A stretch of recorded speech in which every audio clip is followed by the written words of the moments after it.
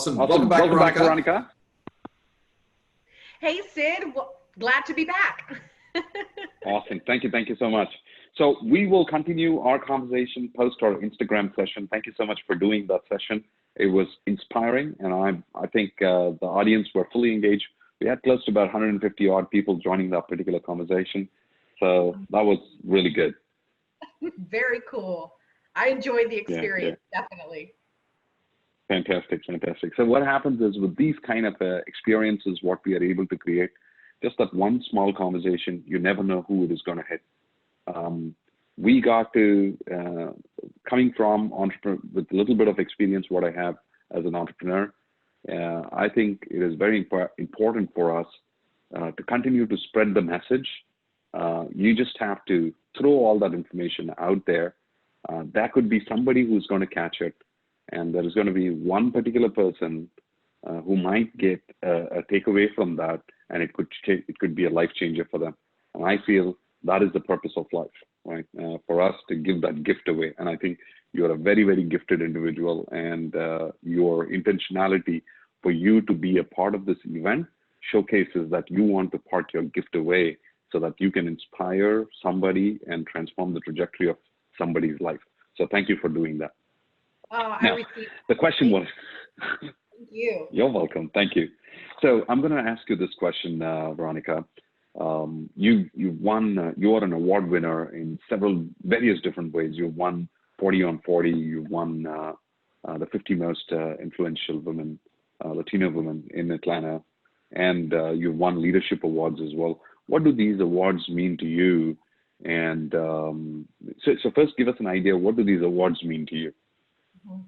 Sure. So I think I'll start with the 40 under 40. I think, that what meant to me to be recognized as kind of that next generation leadership within the Georgia and Atlanta business community was a pretty big deal. I think it demonstrated not only was I doing great work, and that award is really given not only in the work that you do every single day, but on your community and social impact, your community outreach and social impact. And it said to me as well that, I'm one of the front leaders that will be a part of that next generation of leadership change within our Atlanta and Georgia community. I think that's what it meant to me was I'm doing great work, but yet there's still a lot of work ahead. And so the recognition from peers in the community and the business community, I think really meant a lot to me, but definitely not something for me to rest in my laurels.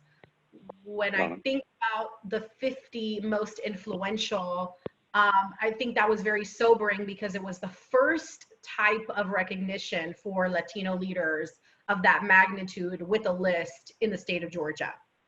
And to be recognized as one of our top Hispanic Latino leaders in the marketplace, again, I think was a very humbling recognition that,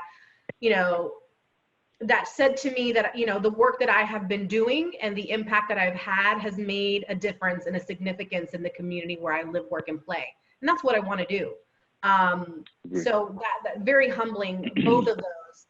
It's just, when you're working hard at something you love, you don't really think about those that come along, but it's very nice to see that the community, business or otherwise, are seeing that. Excellent. Let's talk a little bit about your business. You started your business about 15 months ago. I'd like to know, who pushed you, or what inspired you to start your own business after 18 years of corporate America career.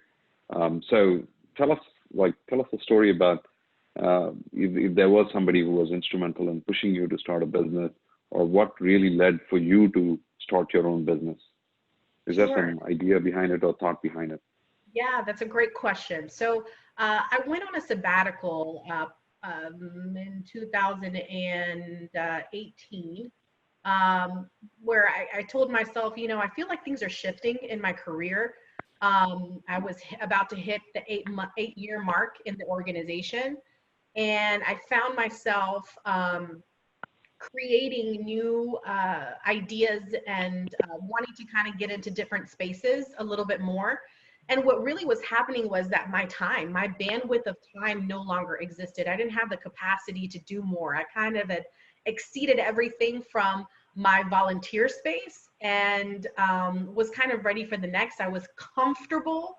I had, reached, I feel, the top of what I was able to give in that role, and I was ready for next. And so, I got so comfortable being comfortable that I recognized this isn't me. I was creating and innovating and doing new programs and new themes and trying to reach new partnerships. But I just realized that I needed to, because of the bandwidth of where I was in my time in my career in my late 30s now, which, makes me feel like there's still a lot more to do, but I just felt like there was a window of time where if I was going to do anything, the opportunity to do it was going to be now. So, as far as people, I had my corporate peers that were my friends and colleagues, asking me, why don't you do this? Why don't you do that? There's a project that we can do work here. And they really pushed me to see myself beyond the role. In fact, I had one person tell me, which kind of was sobering, that I feel I didn't recognize it myself. And they said, I think you've outgrown this role. I think there's some, and when you hear that from people that you admire and you work with and that are your friends, again, I said to myself, am I comfortable being comfortable? It's maybe time to push to the next. And so, so that's really what started the trickle of the thought getting into my mind. Okay, how long have I been here? What do I need to do? What's next? And I really felt compelled to do more. So with my peers in the corporate space, with my family telling me that they were ready to see me launch with more of my Driven to Thrive or my speaking or my inspiring, they were like, hey, why are you limiting yourself? And I never saw myself limited, but I did have an inkling for more. And that's where it really started going. So I took that sabbatical. That must have been that sabbatical that sabbatical was like, hey, take an assessment of where you're going and where do you really want to be? That must have been a tough decision. Very. It was a very tough decision. I labored in making that decision. It really, I loved my role. I loved what I was doing. I loved the people that I was serving. I knew that I was making an impact, but I knew that my time there was limited. I was limited in what I was capable of doing in that role. I had done far beyond what anyone had done in that role before, far beyond. And but I just knew it was time for the next. And I had more to give. And I'm working on birthing some new things now. So it was hard. I had to, I kind of see myself as a shepherd of people. And in that case, it was a shepherd of business owners and corporate leaders. And I lamented thinking about how I would kind of leave the flock to a certain extent. But then I realized that, there is an entire universe out there. And if I'm really true to the mission that I feel that I've been called to serve, I had to get out of that to go to the next. Very difficult.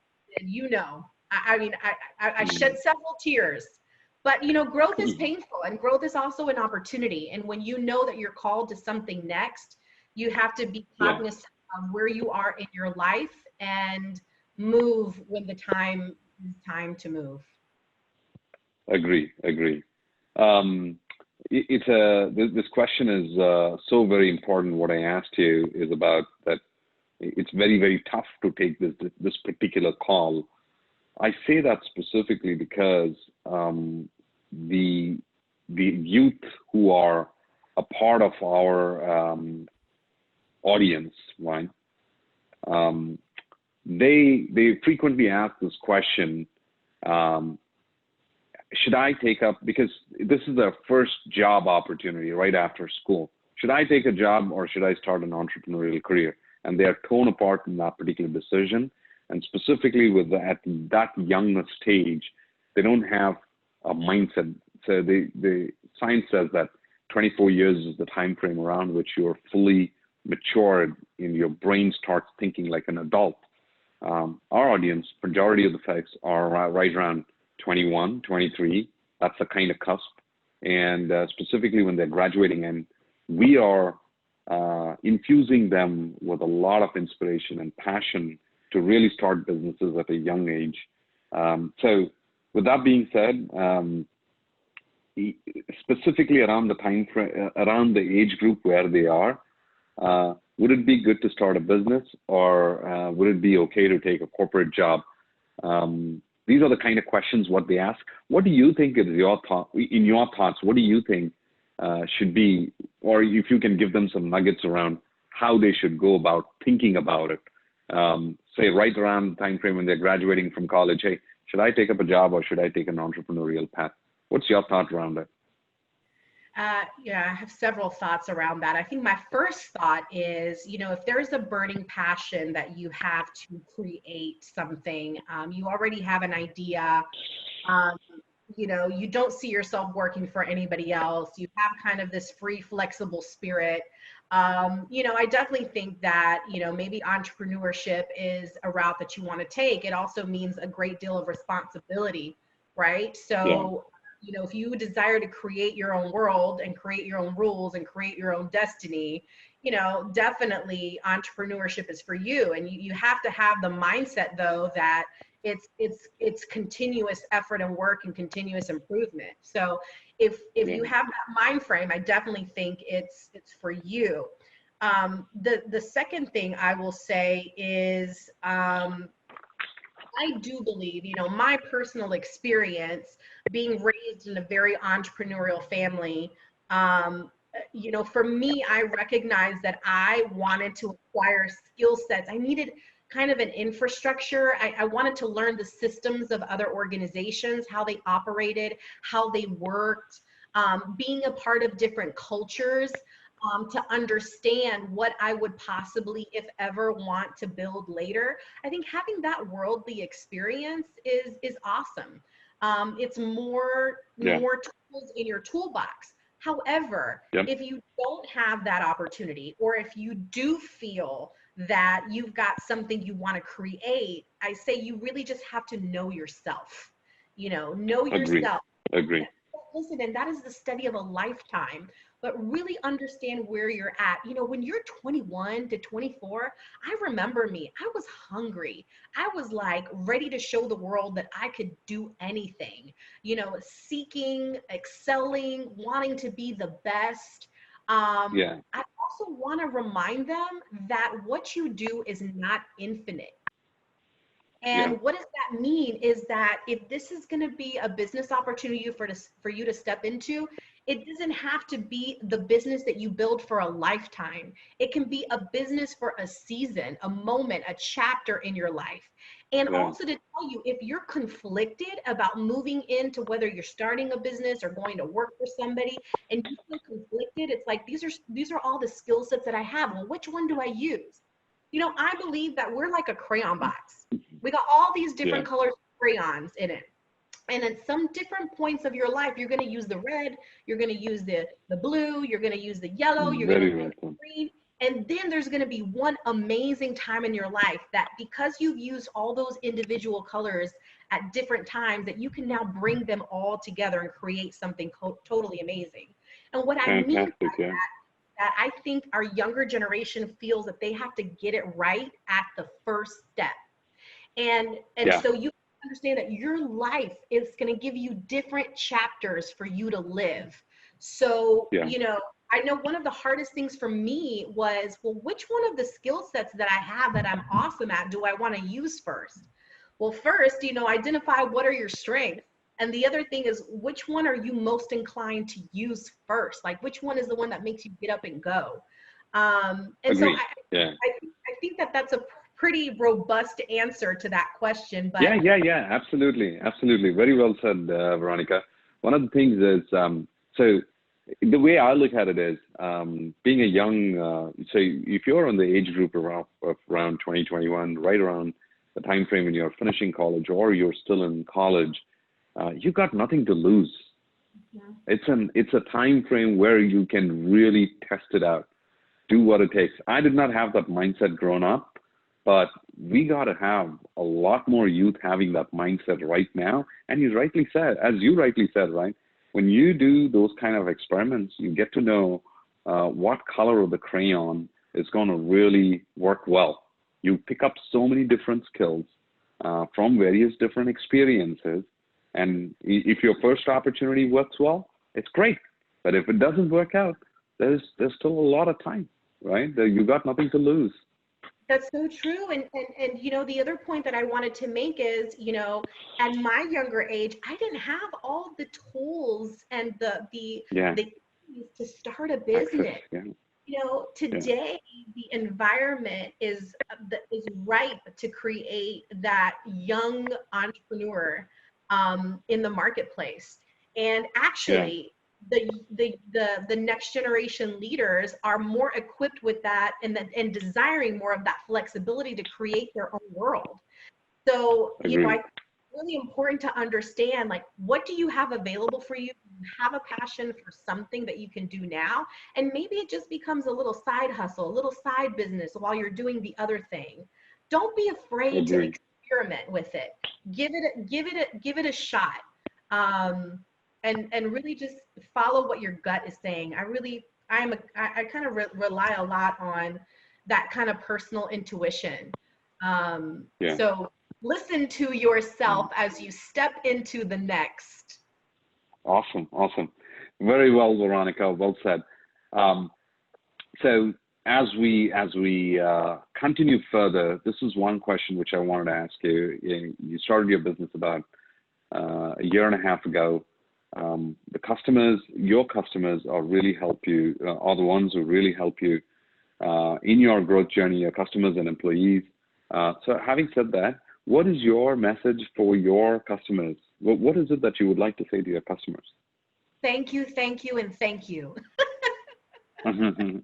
Right, but there are tough customers as well, the customers who have not given you adequate opportunities, especially around COVID-19. So how do you react to those customers? Do you empathize with them? What is your feeling toward those customers, and how do you generally appreciate your customers? Talk a little bit about that, please. So help me understand a little bit more of the question, Sid, because I want to make sure that I answer straight head on. Yeah. So what I would like to know is, first of all, when I asked you about how do you want to appreciate your customer, what do you want to say to your customers? You said thank you to your customers. There are customers, specifically around COVID-19, your business would have gone down. So what is the message to those customers? Oh my goodness. Yeah. It's still more thank you. I don't know. I mean, you know, to the ones that I am currently serving, you know, that continue to see the impact of the work that we're doing, to continue to invest in those areas.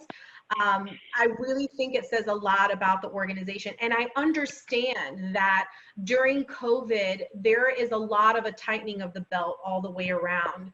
So to know they're still giving an opportunity to a woman-owned business, to know that what we're doing together is adding value, and to making sure that it's still a part of the budget is says a lot about the organization. And I know the work that we're doing is really the work of the future, which is in building that sense of inclusion and developing the next generation of leaders. And also strategizing to make sure that our organizations are still relevant in the market, and really thinking long-term about all of the convergence of the changes in the market with you know, different demographic audiences and the 5 generations in the workforce, and the leadership skills that's necessary, and the technological advances that exist. There's a lot of work that we have to do, and also building inclusion, real sense of belonging and significance in organizations and in the communities where we live and serve, bringing out the best of the people and the culture. So to those that are continuing to invest in minority, diverse, small business, it just means the world. Thank you for finding the funding. Thank you for going to bat And I promise that in the work that I'm doing, I continue to do the same. When I need to bring in a vendor, I am doing the same thing. It's a ripple effect that we're doing. It's not just me. It doesn't end with me. It ends with the work that I am thus able to do to impact my community. Because there's studies that say, especially when you support women-owned businesses, we are the cultivators, the nurturers. We truly, truly give back and impact our community in so many ways. So when you impact my business, you impact solidly, you know, I have to quantify that number. It's pretty large of the work that I do, because I have the ability to support maybe a nonprofit organization that needs to do a micro fund for our community. Wow. Yeah. Or fund a food bank, which I've done as well, or give money for startup costs, or just, you know, impact my own local community. And we live in this global world, but it's the local economies that are also so very important. I'm having conversations with some of my strategic partners, and they're wanting to really, really impact local. That means that we need to work with local as well, as much as the global. Wow. So how are our global people making sure that we're impacting our local community? So I have to just say thank you. You know, thank you for recognizing Awesome. the value of what we bring to the table. Our innovation, our heart, our passion, our purpose, we are serving in a new way. 100 years after women have been given the right to vote, you know, we still have a movement, and we're just understanding our economic power right now. And what we're bringing to the world is amazing. So thank you. That's powerful, Veronica. That's indeed very powerful, very thoughtful, especially in the face of adversity, what we are going through. For all those customers who are impacted, yet they are creating opportunities for small businesses and women-owned businesses. It means a lot to you and me, for all the other entrepreneurs out there. So in closing, here's the last question, which I'm going to ask you, which is about the audience. What we have is predominantly the youth, which is from 16 to 21, 22. That's a kind of entrepreneurial community what we have, a student community what we have. But within the student community, we are creating a spark and infusing them with the spirit of entrepreneurship. And coming from you, it means a lot, who has been there, done that, coming from a family business filled with entrepreneurs, and who have inspired you to start a business. With that being said, what is your message for young women entrepreneurs? Could you sum it up for us? Oh, my message to young women entrepreneurs is to give yourself permission to say yes, and to have the courage and confidence to step into areas that might require another level of depth for you. You are more than capable of stepping into entrepreneurship. Go and give it a try. Step boldly into it. Put one foot in front of the other and just decide to go. You will not be perfect at the beginning, but with time, you will become voracious in making sure that you're really driven to a sense of excellence and giving back. The world needs women entrepreneurs. We need your diverse thought mindset. We need the value that you're bringing to the table. We need to see the way you see the world. We need to have culture shifting and community shifting. And we need you to impact your family so you can provide education and opportunity and employment. We need you to say yes to the seed that you might be so that you can blossom into what you're meant to be tomorrow. So step into it, be the driver of your own destiny, and tell yourself you're more than capable, and then go equip yourself and do it. One foot in front of the other. Courageously pursue it. Awesome. Awesome. That was powerful, Veronica. That was a whole slew of topics, what we discussed. And I'm sure our audience is going to find it absolutely insightful, and they would have some key nuggets which they are able to take away and utilize in their own journeys. Thank you so much for doing this for us. And if you had to let our audience know how they can follow you, or where do they find you? Sure. Thanks, Sid. Yes. On Instagram, you can follow me at VMT Speaks or at Driven to Thrive. I'll answer any questions that you have. Send me a message, and I'd be just honored to connect with you. Thank you for being courageous and even thinking about stepping into entrepreneurship. You know, there is a whole world waiting for you, and all you have to do is say yes to it. Awesome, awesome.